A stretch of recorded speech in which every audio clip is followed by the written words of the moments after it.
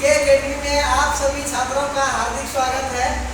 मैं आप लोगों को समीकरण से रिलेटेड कुछ टॉपिक बता रहे हैं जो प्रत्येक एग्जाम में पूछा जाता है, चाहे वो 9th क्लास के बच्चे हो, चाहे वो बिहार बोर्ड 10th क्लास के बच्चे हो, चाहे वो CBSE बोर्ड के बच्चे हो। डिफरेंस ये रहता है कि CBSE बोर्ड में सिर्फ इंग्लिश में लिखे रहते हैं और बिहार बोर्ड में सिर्फ हिंदी में लिखे रहते हैं, लेकिन सॉल्व करने की तरीका दोनों में सेम रहता है। अब देखिए हम बता रहे हैं समीकरण का पहचान।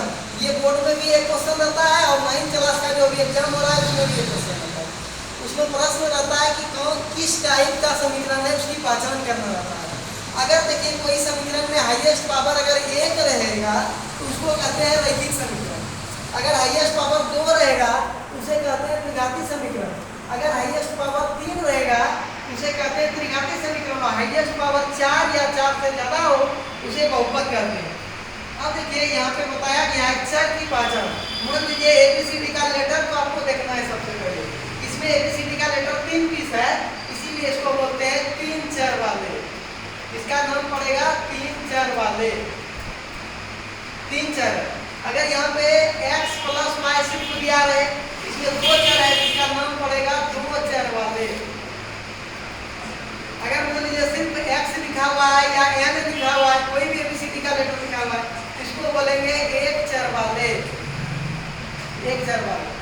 अब देखिए 3 चर वाला जो समीकरण है, अब कितना इस पर पावर कितना है? 1 है। हाईएस्ट पावर इस पर भी 1 है, इस पर भी 1 है, इस पर भी 1 है। हाईएस्ट पावर 1 रहने के कारण बताए थे 1 पावर रहेगा, इसको कहेंगे रैखिक समीकरण, इसीलिए इसको कहेंगे 3 चर वाले रैखिक समीकरण। रैखिक समीकरण। क्लियर? अब देखिए सेकंड में अगर मान लीजिए हाईएस्ट पावर 2 रहेगा और 2 चर भी है।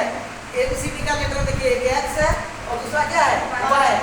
2 तरह का लेटर है और हाईएस्ट पावर इस पर 2 है, इसीलिए इसका 2 चर वाले द्विघाती समीकरण नाम होगा। द्विघाती समीकरण। अब मान लीजिए यहाँ 1 चर है, इस पर हाईएस्ट पावर 3 दे दिया, ये 1 चर वाले तो होवे करेगा, लेकिन 3 पावर होने के कारण इसका नाम पड़ जाएगा त्रिघाती समीकरण।